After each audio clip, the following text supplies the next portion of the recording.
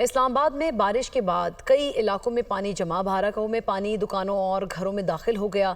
शहरियों को शदीद मुश्किलात का सामना है। सूरत हाल से मुतालिक मजीद बता रही हैं दुनिया न्यूज़ की नुमाइंदा फौजिया अली।